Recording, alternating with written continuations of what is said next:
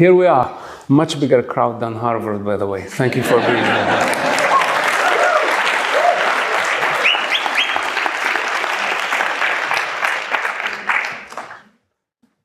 My personal opinion, this is the best university.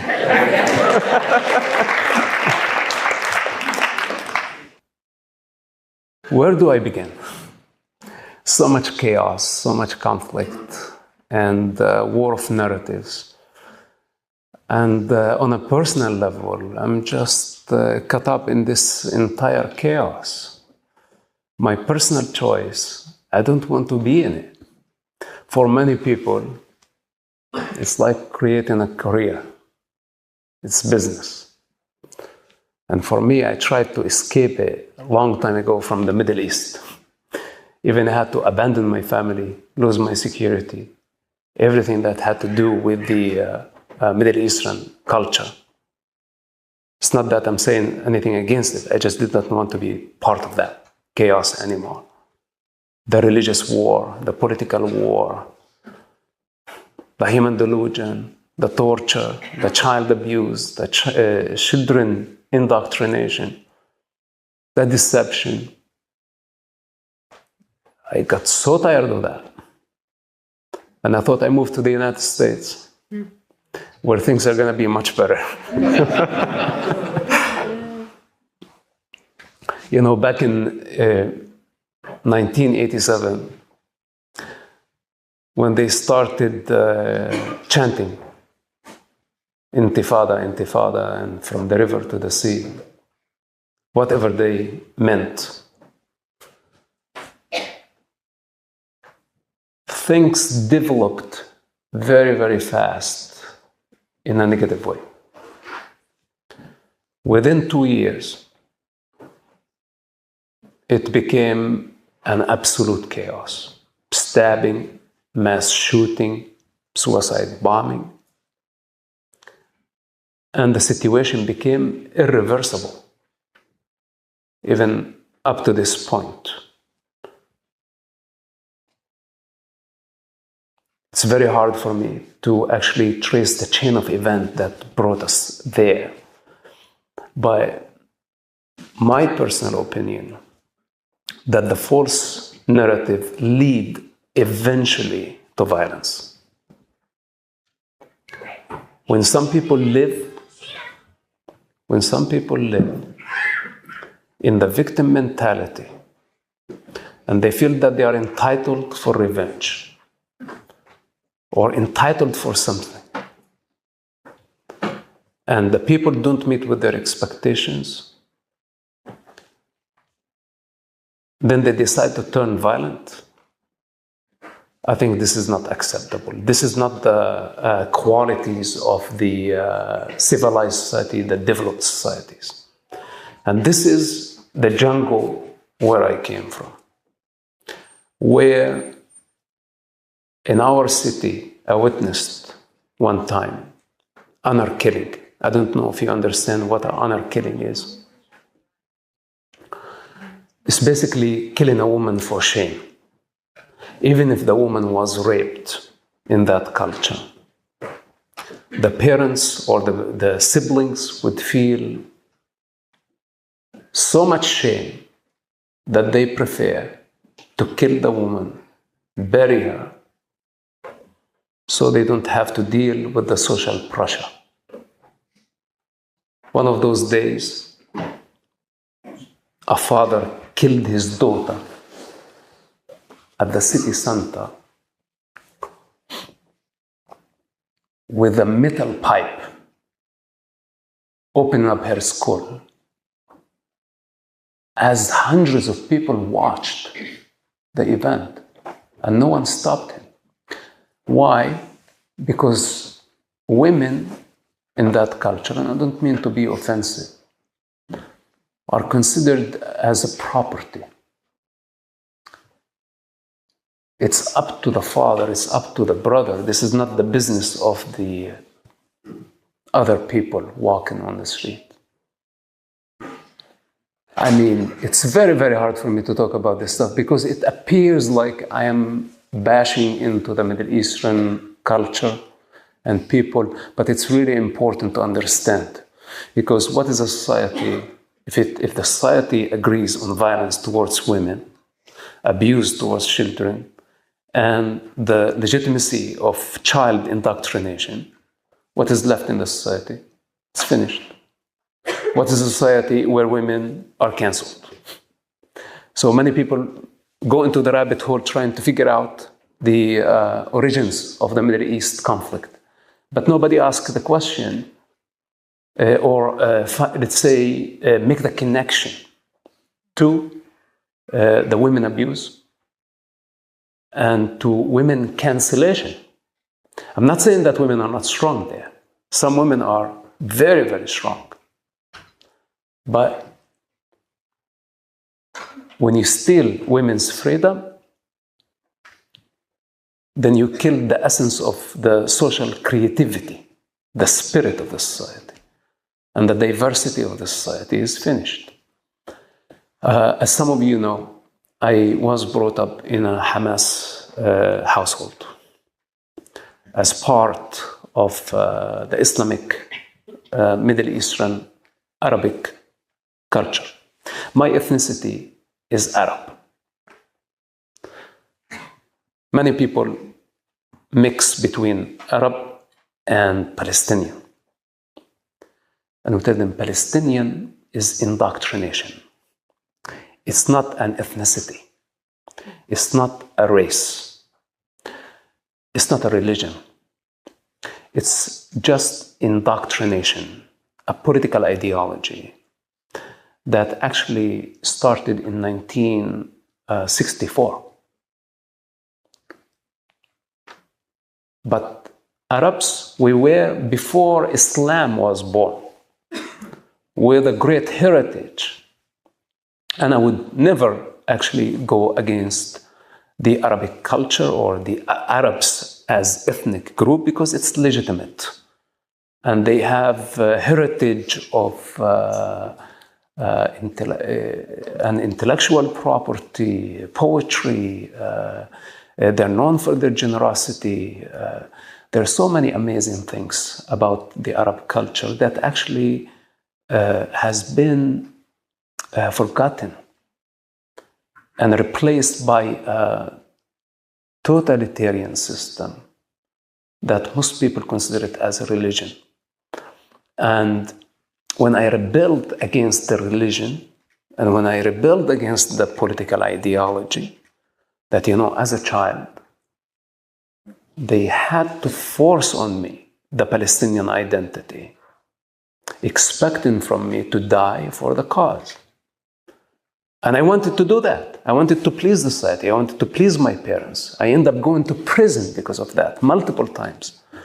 They beat me up when I did not meet with their expectations. Torture, abuse, rape, honor killing, name it. And the person supposed to just stay silent, not complain. If you tell them, no, we have something wrong here, you immediately become a traitor. You are labeled, you lose your status, and they're going to go after you. And I did not like this. I did not like the fact that I was in a society and the household of a leader, top leader, that all of us were terrified of people's judgment, and we had to meet with their expectations, with their political ambitions and the religious protocols. And it's insanity. They killed my potential, and they are still killing the potential of generations to come by enforcing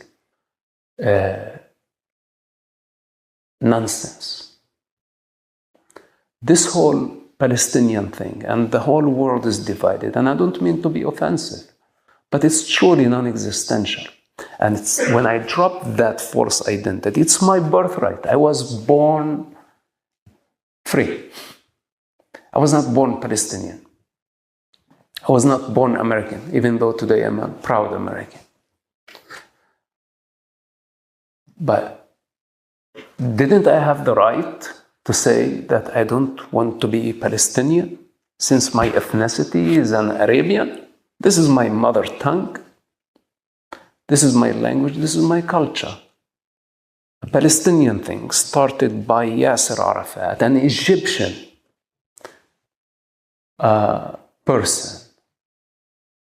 And he claimed to be Palestinian. Then he wanted to destroy Israel. That was his quest. Built an army, moved to Jordan. In Jordan, he tried to overthrow the Jordanian king. 20 years or so, please forgive me, I'm not sure about the years, but many years in Jordan. Then he ended up clashing with the Jordanian king. Then Black September happened. Thousands of civilians were caught up in the fire on both sides. And the Jordanian king kicked him out of Jordan. They moved to Lebanon. Within no time in Lebanon, the civil war started, one of the nastiest wars of the region. They destroyed Lebanon completely. Then they expected from us to fight on behalf of their cause. So they started the first Palestinian Intifada. When the masked men came into our school and asked us to leave, they said, go to the checkpoints and throw rocks on the Israeli army. We thought that was a great idea. We loved it because we wanted to escape the class and the border. And it was our opportunity to be freedom fighters. So we ended up going to the checkpoints, throwing rocks, clashing with the soldiers. And of course, at that time, we did not understand, how dangerous is that. And many people say today, hey, they're just children throwing rocks at the soldiers. We say, no, this is a barbaric practice coming from savage societies to stone somebody to death. Yeah. It's much worse than a bullet to hit someone with a rock. But Yasser Arafat wanted to show the image of a Palestinian child throwing a rock at an advanced tank. And that got the global attention. And of course, as children, we did not understand his game at all. We just were anything. I don't want to go to that class. I want to go to the checkpoint. And we became rebels. I remember we were just 10 or 12 years old and we're just throwing rocks at the Israeli vehicles on a daily basis. That was our job. And for 3 years, we did not go to school. 3 years. They paralyzed the educational system. Then they paralyzed the economy. Then they shut down the stores. If the vehicles moved during the day, they burnt people's houses, people's vehicles. They scared everyone. They kidnapped women. They killed people for the suspicion of collaborating with Israel.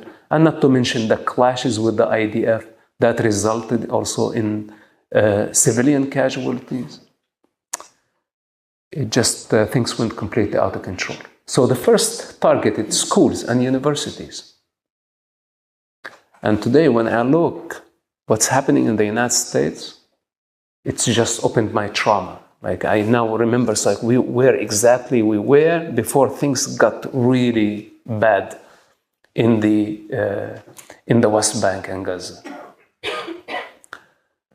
So I was supposed to die and get crucified on behalf of corrupt leaders in Tunisia, in the diaspora, in Qatar, in Turkey, cultivating wealth, making billions of dollars, while we're drowning in despair, in pain, in chaos, no order. And today, when I just stand and say, what is Palestine? And when I challenge the pro-Palestine, what is that? What does it stand for? Or what is a Palestinian? Because I lived it. And I know it's a black hole. And nothing can satisfy it. Nothing. And it's so conflicted, this identity called Palestine. And this is why when they say, free Palestine, I don't know what Palestine they are talking about. The Hamas Palestine, the Fatah Palestine, the Public Front Palestine, and all of them don't agree on one concept. They don't agree on constitution. They don't have a compass. And if they succeed, God's forbidden, of destroying the only democracy in the Middle East, I guarantee you that after that, they will kill each other. Because this is tribalism.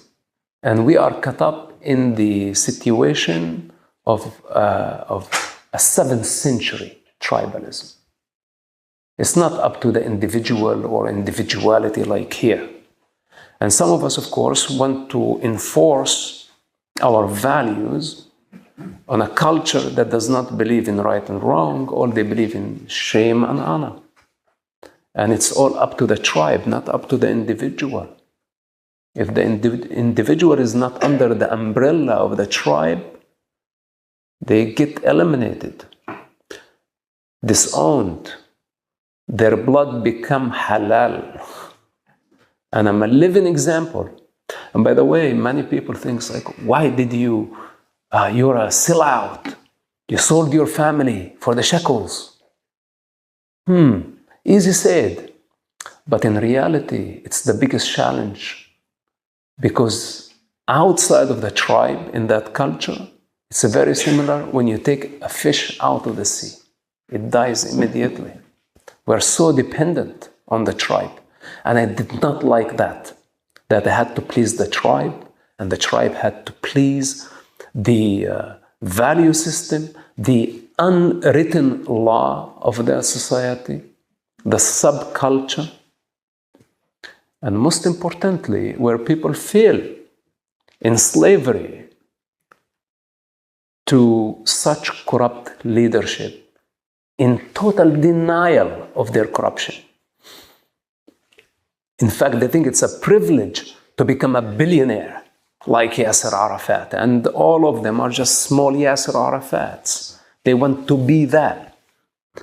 And the more Yasser Arafat created chaos, the more he got recognition, and he had been rewarded for his violence. Then today they continue to play the same game of sacrificing children for political and financial gain. And when I say this, I take full responsibility for my words. You may not understand it now. You may disagree with it, and it's your right. But sooner or later, you will come to realize this is the truth that I lived there, and it's to the core of the Middle Eastern problem. And I wonder, for how long we're going to allow such con artists decide the future of the children. Not only the Arab children, but also the Jewish children. And they are gaining momentum now. They are gaining legitimacy. And many people are sympathizing with the victim. And many people also hypocrites posing as the saviors, which is even a lot more dangerous. Okay, I have a couple of maps that I would like to show you so you understand. I want to give you facts because I'm sure among you they're like faculty, so I don't want to lose my credibility, then not get invited again to Princeton. You don't have to invite me again. Hopefully I will be gone after this conflict is over. So basically what we are looking at is what was prior to the British Mandate of Palestine. This is the Ottoman Empire. They occupied our region for 400 years. This is the last Islamic empire. The Ottoman Empire was the final Islamic Khilafah, or maybe ISIS. They tried later on, but they did not succeed.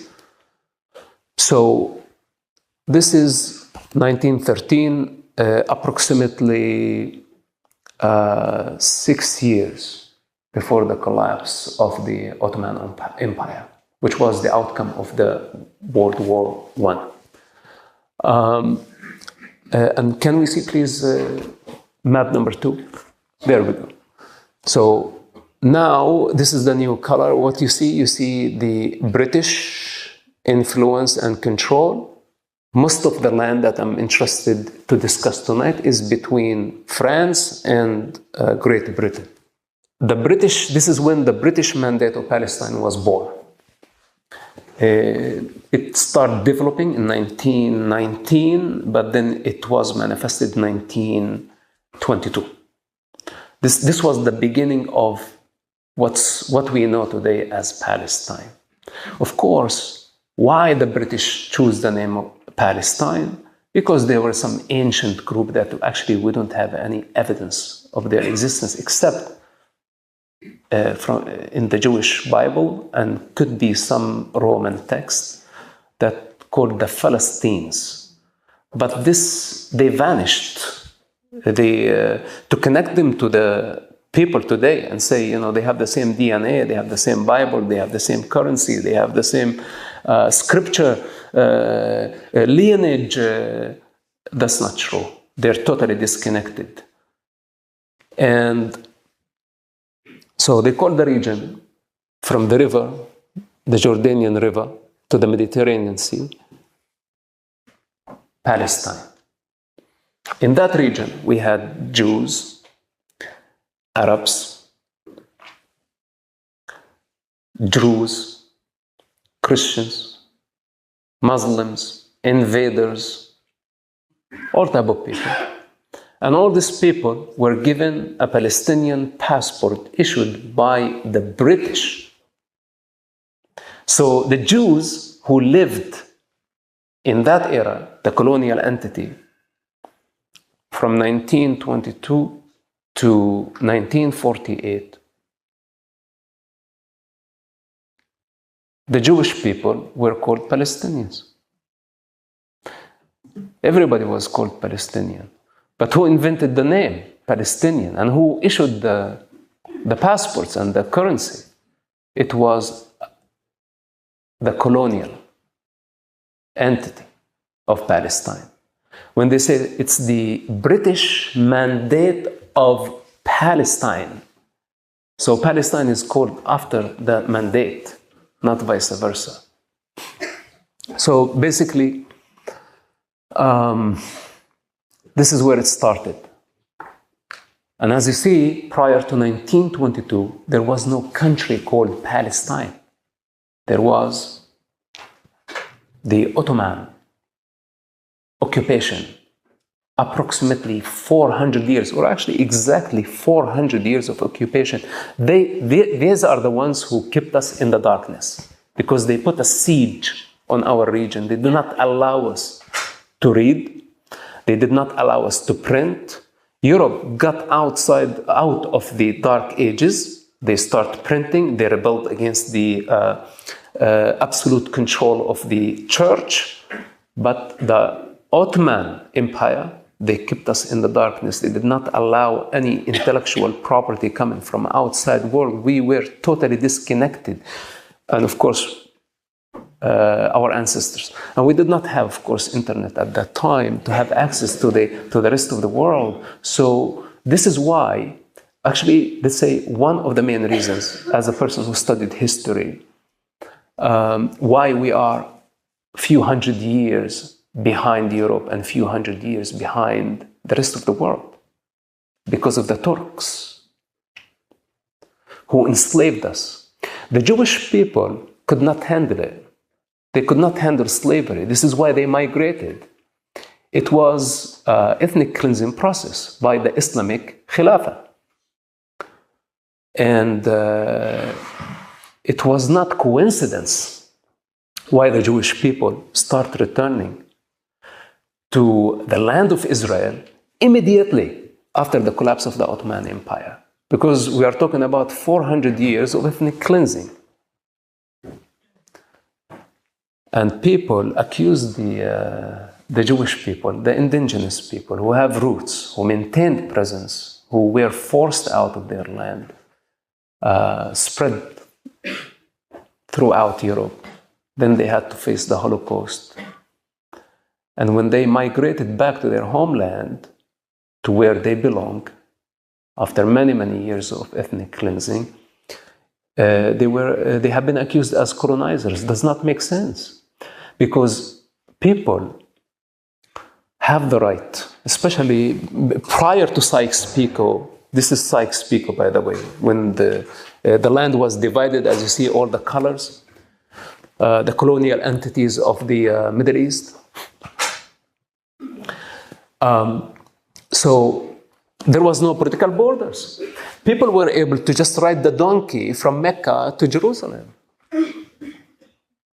And nobody stopped them. So when people migrated from Europe because of war, when do people migrate throughout the centuries? People migrate when there is drought, when there is natural disaster, when there is flooding, when there is earthquake, when there is war. It's our right. Like, God forbids, if this world goes out of control, the political borders will not exist anymore. So in that situation, there was no political borders. This was just done in 1917, Sykes-Picot. So now to start believing that there is a border and there is a country with borders that existed before the existence of State of Israel in 1948, and it was called Palestine, and it has been occupied, is total insanity. It's against science, it's against facts, it's against the truth, it's against the Bible, it's against everything. I'm not saying that the Arabs did not exist. This is, again, my ethnicity, and I will never cancel their right to exist. In fact, Israel acknowledged the Arab presence. This is why there were just few 100,000 back in the day when Israel was established, and today we have more than 2 million Arabs who live in Israel. Some of them are actually judges in the Supreme Court. Find me one Jewish judge in Arab country. You know. Then they unfortunately, when I said about the false narrative, and people have been accusing Israel of ethnically cleansing the Arabs, such a big lie that is not going to help the situation. It will only get the situation worse and worse, and it's attracting all negative energy around the globe. And they have been weaponizing all the hateful people against the Jewish minority. I'm not here to advocate on behalf of the Jewish people, but I know the danger. If we legitimize such violence and hateful ideology against a religious minority or a human race, then what is going to be next? So the false narrative, this is where we need to just provide the facts. Was Palestine ever a country? And if it wasn't a country, a sovereign state with distinguished language, religion, or an ethnic majority, then it never existed. And if it never existed, this means that it has never been occupied. Then, oh my God, the United Nations is in trouble. Because what's so-called international law, it's considered the West Bank and Gaza occupied territories. But occupied from who? When they decided to invade Israel in 1967 with one goal, to annihilate the Jewish people, only because they are Jewish, by the way. And I take responsibility for my statement. If you want to cancel me, you can cancel me. This is the truth. They lost the war. Iraq, Jordan, Syria, Egypt, and so many volunteers from around the globe, they came and they outnumbered Israel multiple times with one intention. But somehow a miracle happened and they lost the war. This is when Israel had to take the West Bank, this red spot. I think most of us right now know what the West Bank and the Golan Heights, the Sinai Peninsula, and the Gaza Strip, where all the chaos is happening right now. That was the outcome of the Arab invasion of 1967. But why Israel stayed there? Because when Israel was established, it's in the coast area, the coastal, by the Mediterranean Sea. On the top sits the West Bank, on the top of the mountains. Then there is the Jordanian Valley. It's actually the lowest point on earth, which functions as a defense line. In order for any enemy to try to go into the valley and climb up the mountain, Israel had the possibility to stop them in the valley. If they had the opportunity to reach the top of the mountain, then they would invade the coast in no time, because the coastal belt, you can cross it on a motorbike in less than 15 minutes. So this is why for Israel, it's a matter of security, number one. It's not a matter of stealing land. Actually, in fact, they own the land, because when the Arabs decided a war against Israel and they lost the land, the winner decides the terms of post-war, especially if it did not belong to a sovereign country, to any sovereign country prior to the war. So you came and you tried to take over my territory. Then I kicked you out of a territory that actually does not belong to you. I'm just pushing you back for my security. So you don't have the capacity to invade me overnight and commit a Holocaust against my people. So why the Arabs felt entitled for that land? There is a reason, but I don't want to discuss it tonight, because it might take us to a dangerous place. Then after that, I may be labeled Islamophobic. Then I would be cancelled again. Maybe I would be sentenced to death again and again and again. So anyway, the Arabs, we had our opportunity to establish an Arab state before even the Palestinian identity was fabricated. We had our opportunity in 1948. We had equal opportunity. But instead of declaring our independence, we declared war against the Jewish people who just declared their independence. And the Jewish people did not have a problem. So, okay, here is a separation. It's part the land. You take this part. It's a very, very small land. Again, if you look at the Israeli map from the river to the sea, you can cross it in less than 1 hour. This is how small it is. And everybody is trying to force two-state solution after 7 major wars in the region. And they are trying to reverse the wheel of time somehow and cancel all the events that happened in the past 70 years of conflict and hatred and bloodshed. Well, how can anybody reverse all that? There is a new reality on the ground. It was possible back in 1948. Why didn't you take it? But they were blinded with hatred. And again, it was a matter between the Jews and the Arabs. It was not a matter between the Jews and the Palestinians. The Palestinians were not born yet.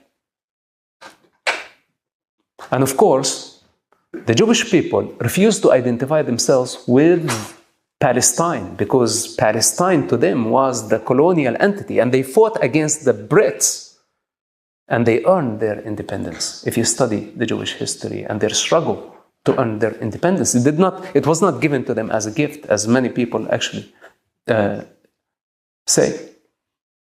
So things change over time.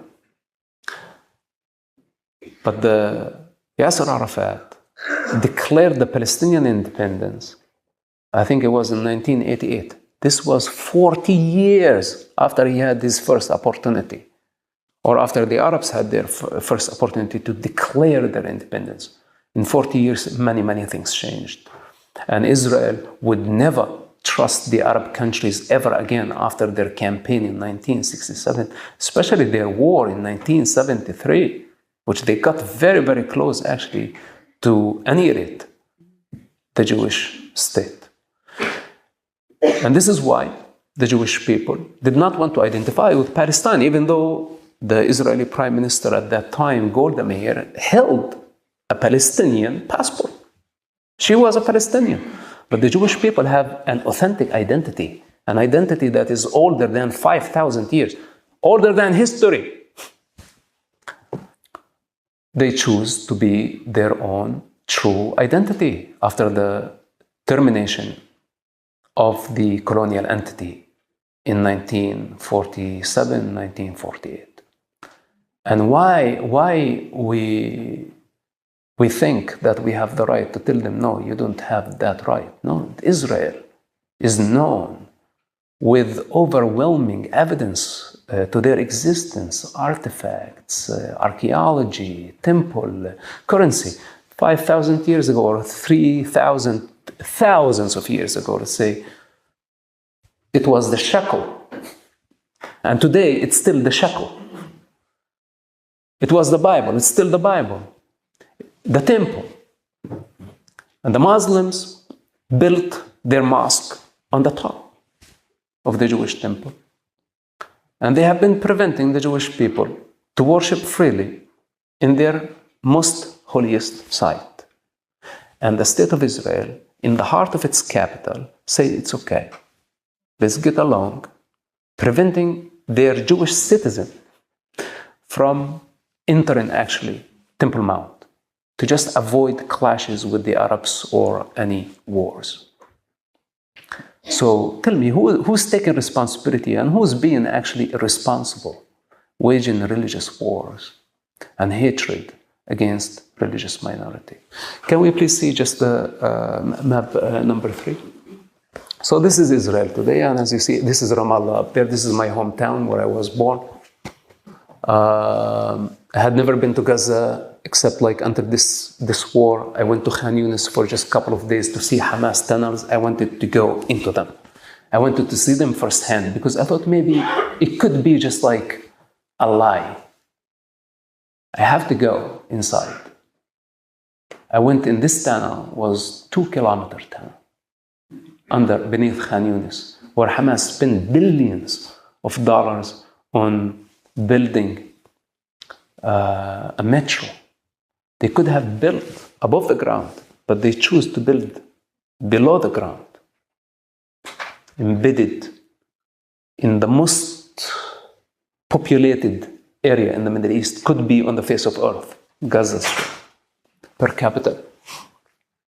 So anyway, now they call it the West Bank, but remember my word, to Israel, this is a defense line.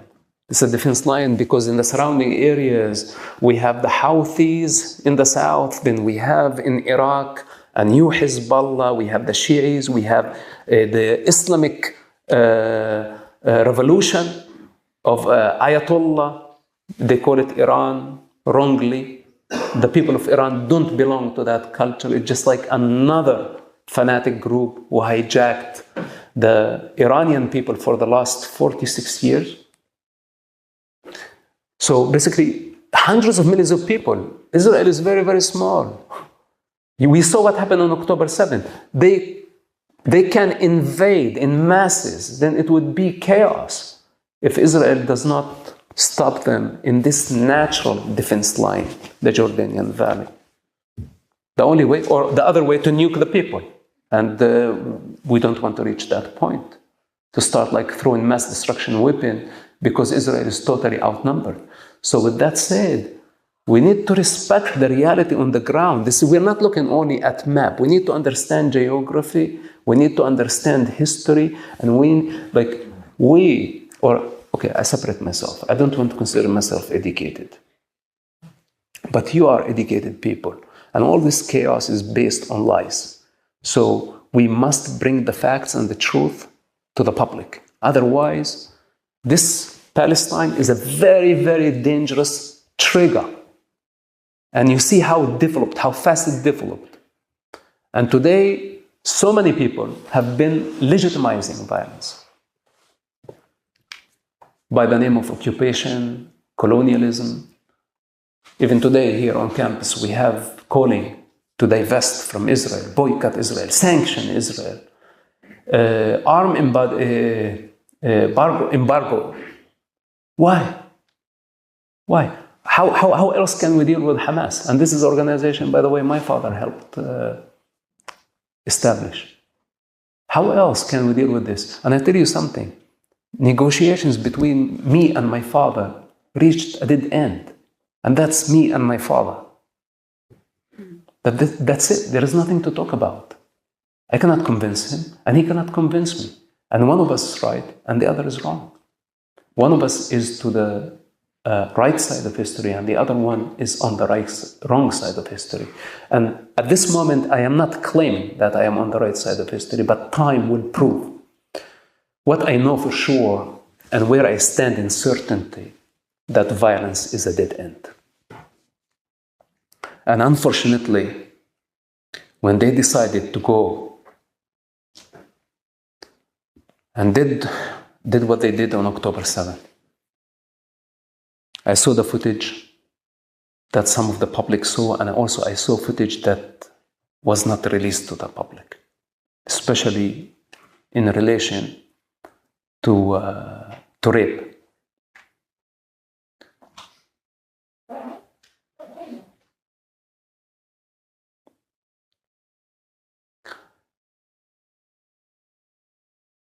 How can you rationalize with people like this? That's it, it's dead end. It's over. And if Israel lose the war in Gaza, and this is what all the calls, by the way, for the ceasefire now, they want ceasefire now. Basically, they're telling Israel, drop your guns and accept the genocide that took place on October 7th.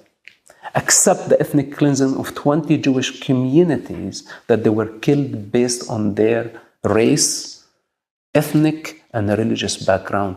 This is what defines a genocide. What's happening in Gaza is not ethnic cleansing, is not a genocide.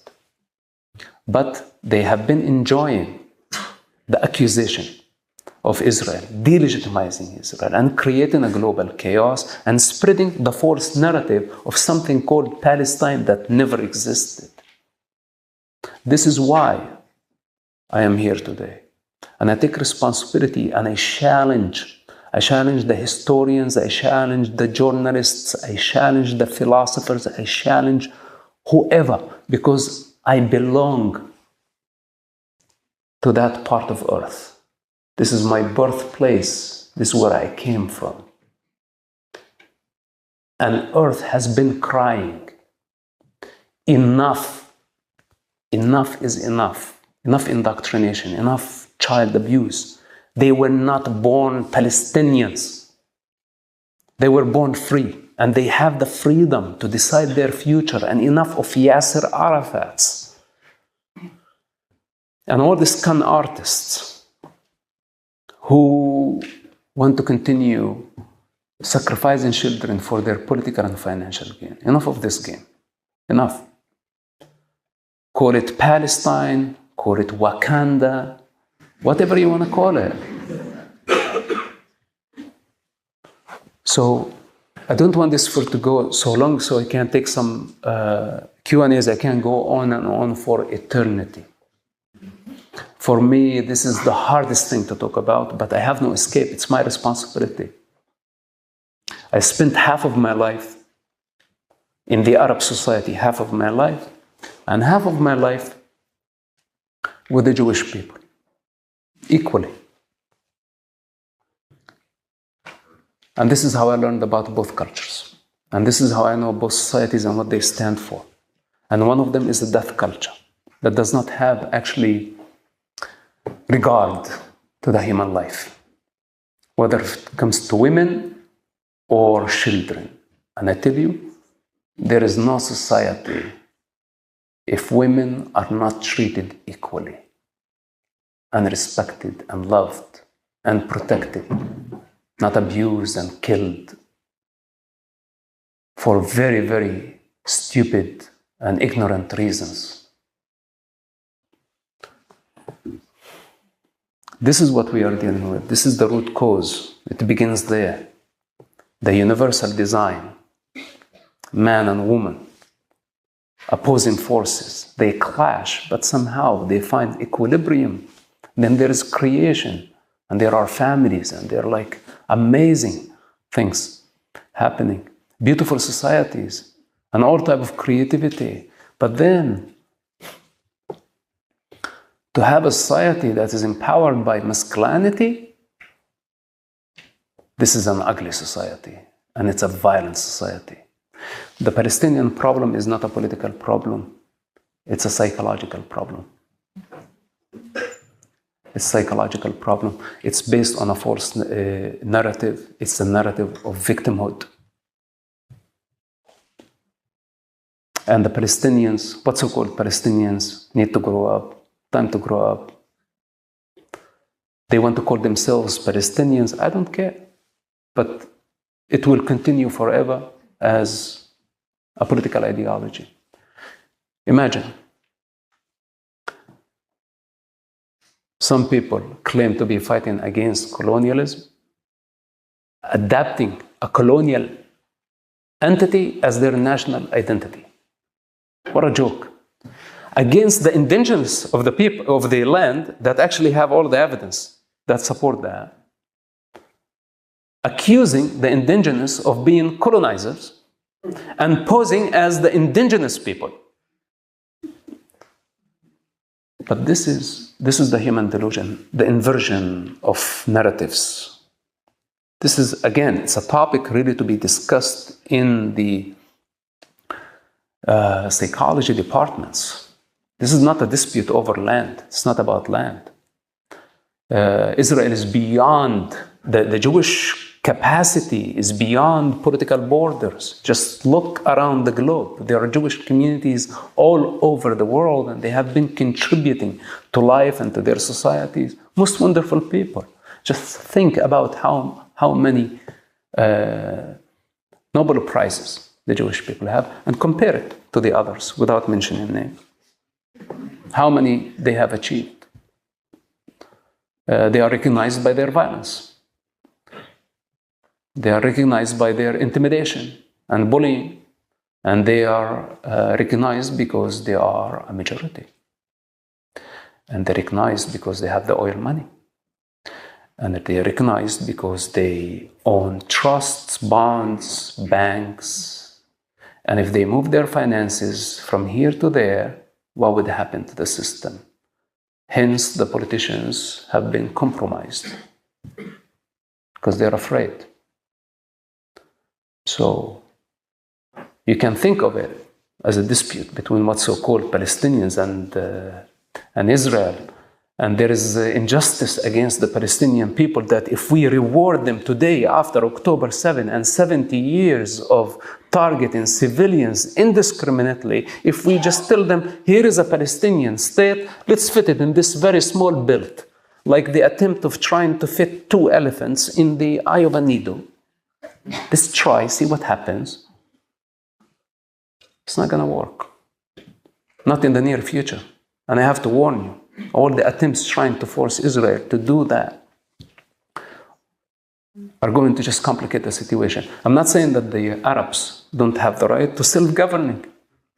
They can self-govern, and we can help them with economy, with infrastructure. We can improve everything and remove actually all the corrupt leadership and give them a leadership that is elected from, let's say, at the beginning from autocrats, people with experience, with knowledge, maybe graduates from Princeton and Harvard and other places, but they have been busy protesting on behalf of the corrupt leadership, instead of being like the actually enlightened ones to see it for what it is and say, these people don't represent us. They have been advocating on behalf of Hamas. Hamas would kill them. Hamas would kill anyone who disagree with them. So anyway, we have a huge responsibility, and we need facts, we need the truth, and we need to fight the false narrative. It's our duty to challenge them with facts. Next time when they say free, free Palestine, just ask them, what is Palestine? Ask them that. And please do a little bit of homework. It's not hard to figure out. If they want to be Arabs, I don't have a problem with that. If they continue to choose the Palestinian identity, I don't have a problem with that. But what I disagree with, and I will continue to fight with every power that I have, that they need to drop their violence. And they don't have the right to continue this violent indoctrination, forcing children to carry the burden of the mistakes of the past generations for eternity. This must come to an end. This is my job. I'm a child of that conflict, and I didn't know what was going on when I witnessed all the violence, when I was part of the violence, when I was pushed to be violent. But today I understand, and on that authority I speak, not on the authority of what's so-called international law that want to empower the perpetrators against the children and their future, that has actually been accusing Israel unjustly. And by the way, this hundreds of millions of people, okay, I don't want to say Muslims, but again, you can cancel me if you want. But this is an assault. It's a global assault. Hundreds of millions of people against a very small minority, repeating the same narrative. It became now acceptable as a version of truth. And we say no. We say no to that. We say no to violence. We must protect the children. We must break the vicious cycle of violence. Give the children the right to choose their future. Okay, and with this, I'll end this very long introduction. Please forgive me. And we open it for Q&A. Thank you.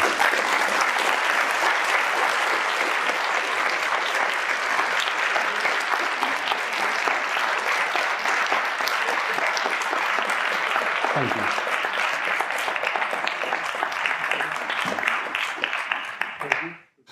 Thank you so much for your amazing presentation. It's a really honor to hear you. I want to ask you, I agree with all the history and all the examples you gave us. I want to know, how do you see the future of Israel or the future of the Arabs in Israel? Should they be citizens in Israel? How, like in Israel, we always talk about how it's dangerous for Israel if everybody would become citizens, and then it would be a Jewish state. So what's the future if not, like everybody here in the Western world talk about the two-state solution, which I agree sounds, it's absurd. But what is the solution if not this? Arabs and Jews can get along eventually. The Arabs in Israel, they get along. They are part of the social fabric. But now with violence, there is a severe crack, I would say, in the relationship. The more violence they have, things are going to become harder to reconcile. And this is why all the voices that actually took advantage of the tragedy of Gaza, and now so many forces around the globe have been playing the savior. So many opposing forces. The communists, the Islamists, the feminists, even the rapists, all coming at one cause, and all of them have been swearing by the name of Palestine, chanting for Palestine. And this is why it's very hard to know what Palestine do they really mean when we have all these opposing forces in the same room.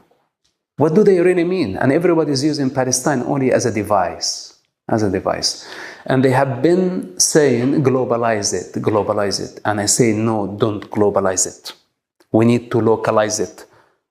I don't want actually the Middle East to come to the United States.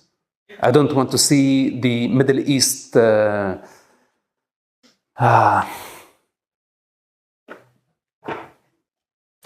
narrative being adapted in the most prestigious and respectful educational institutions. And I mean Princeton and Harvard. I don't want to see that. It's very, very dangerous. Civilization depends on you guys.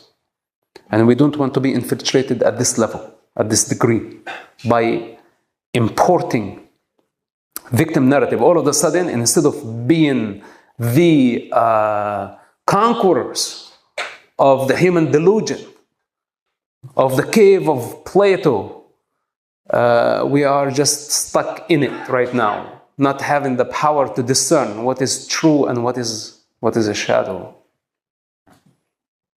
The essence, the very foundation of our intellect and of our philosophy and of our everything, our civilization.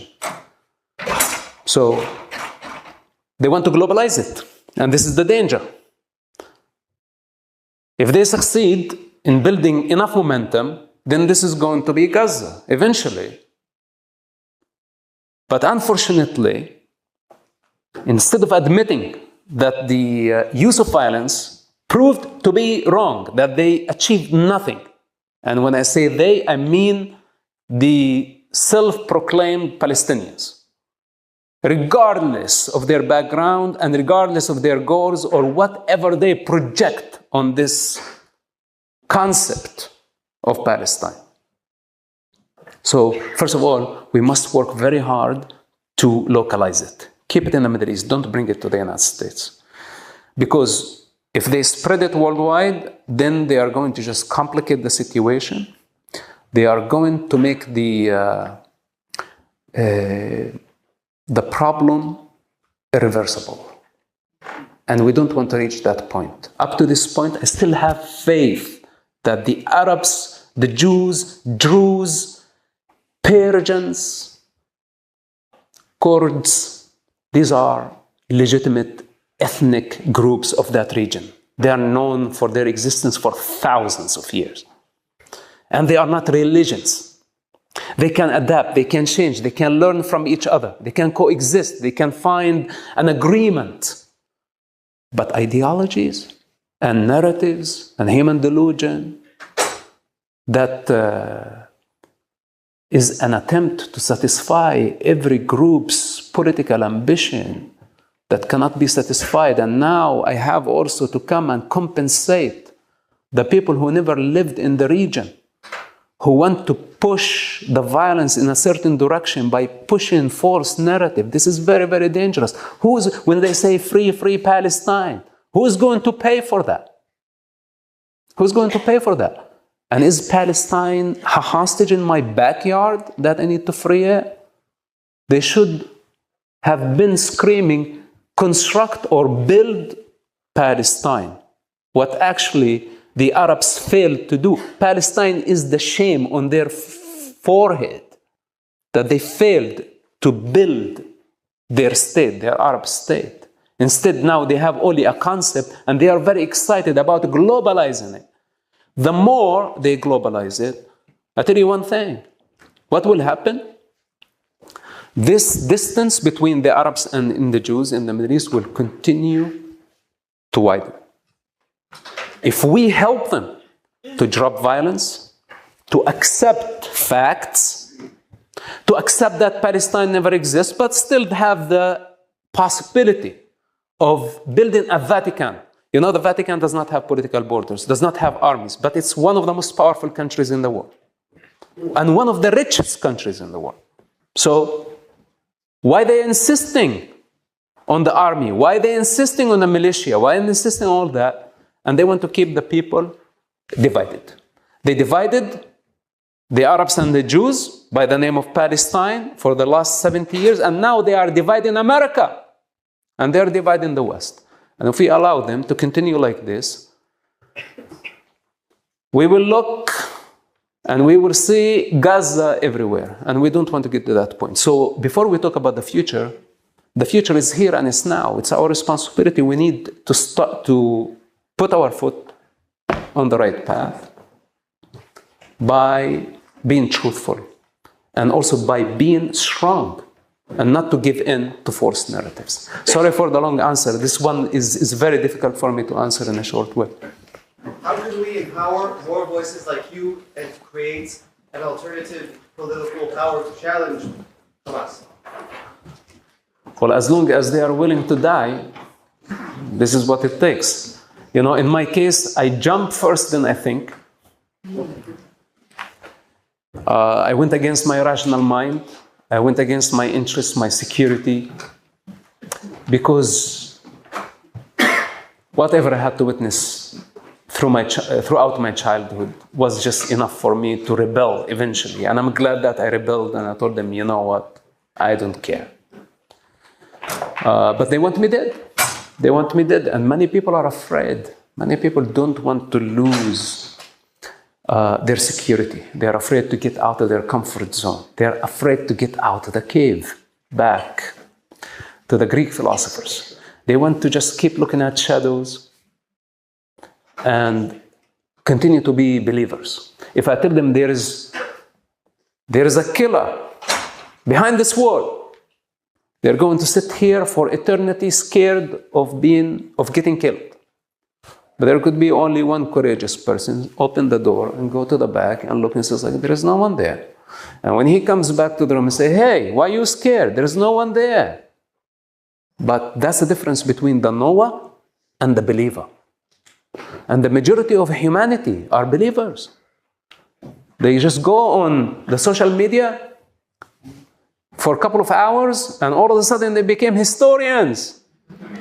TikTok. And it doesn't matter, even if I bring to them the experience of 46 years of living at the depth of the epicenter of what's so-called Arab-Israeli conflict, they think that I'm ridiculous. And the easy thing is like, okay, you're still out. You're a traitor. This is the human denial. They don't want to hear it. And we tell them, hey, there is an elephant in the room. Wake up. So it's not about how many. Of course, we want the collective consciousness. We want to integrate it. But it's only by giving the facts and through the scientific approach. And I hope that I don't want to clown people. I don't want anybody to be me.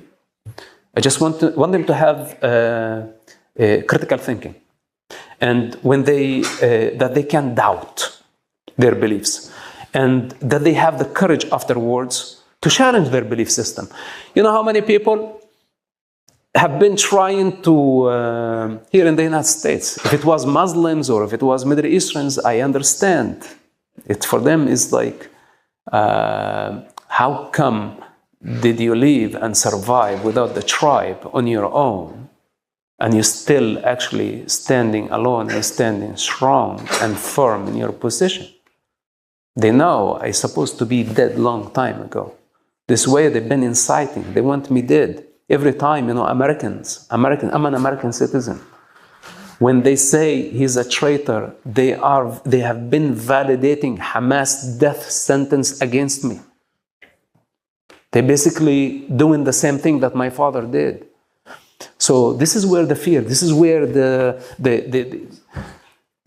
barrier, where people cannot actually cross the mental barrier. Because people are afraid to die.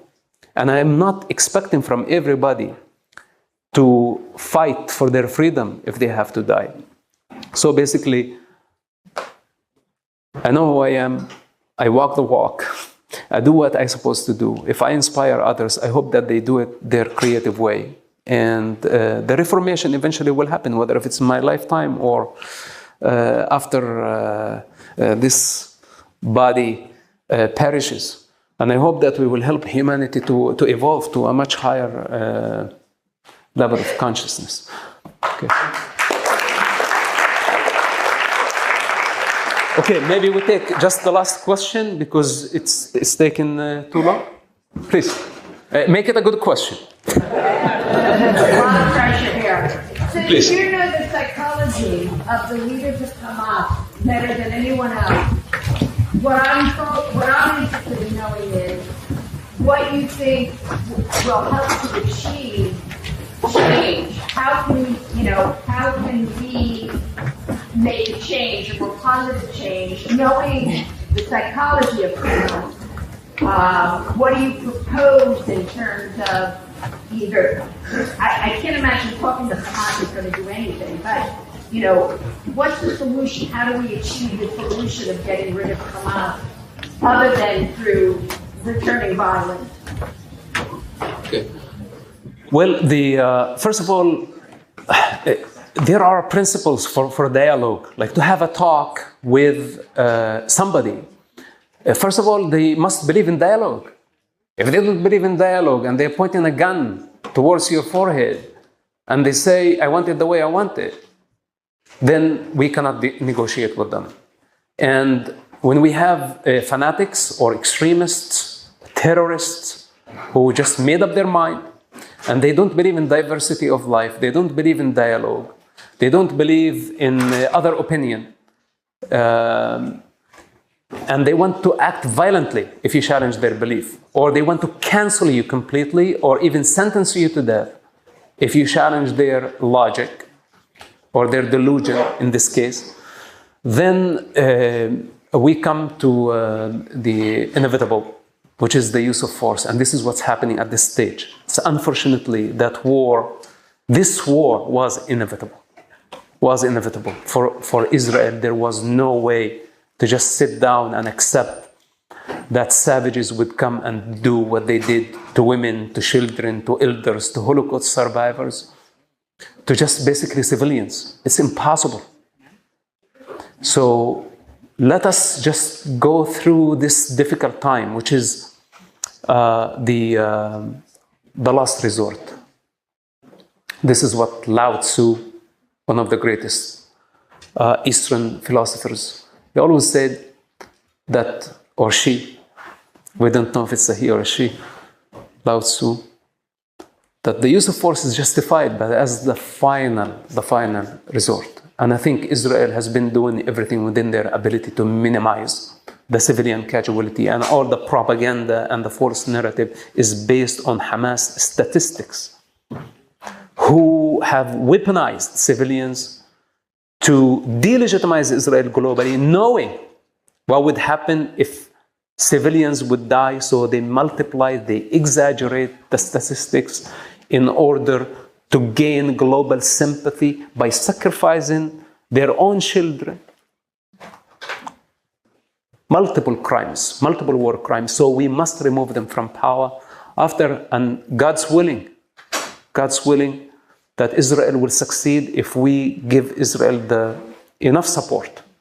As a democracy, forget about leaders, forget about politicians. As a nation, this war is not the war of the Israeli government. It's a war of a nation fighting for survival. And the nation of Israel does not want to cancel the Arabs in the Arab world. If you look at history and the relationship between Israel and the Arab world, Israel as a nation has been extending its hands to the Arab world since 1967. But the Arab world insisted on delegitimizing Israel. And now we have Americans, we have Europeans, because we have all these waves of immigrants who I don't want to say infiltrated, but they influenced the Western mindset. And now we start thinking like them. We should help them think like us. But we fell in their trap. And this is the reality. So, thank you. So basically, dialogue is a possibility. Now we are in a difficult phase, and I hope that we will overcome this. Thank you so much for being here. Thank you for giving me this very important podium. God bless you. I count on you. I count on you. The generation count on you. Don't let us down. God bless you. Thank you very much.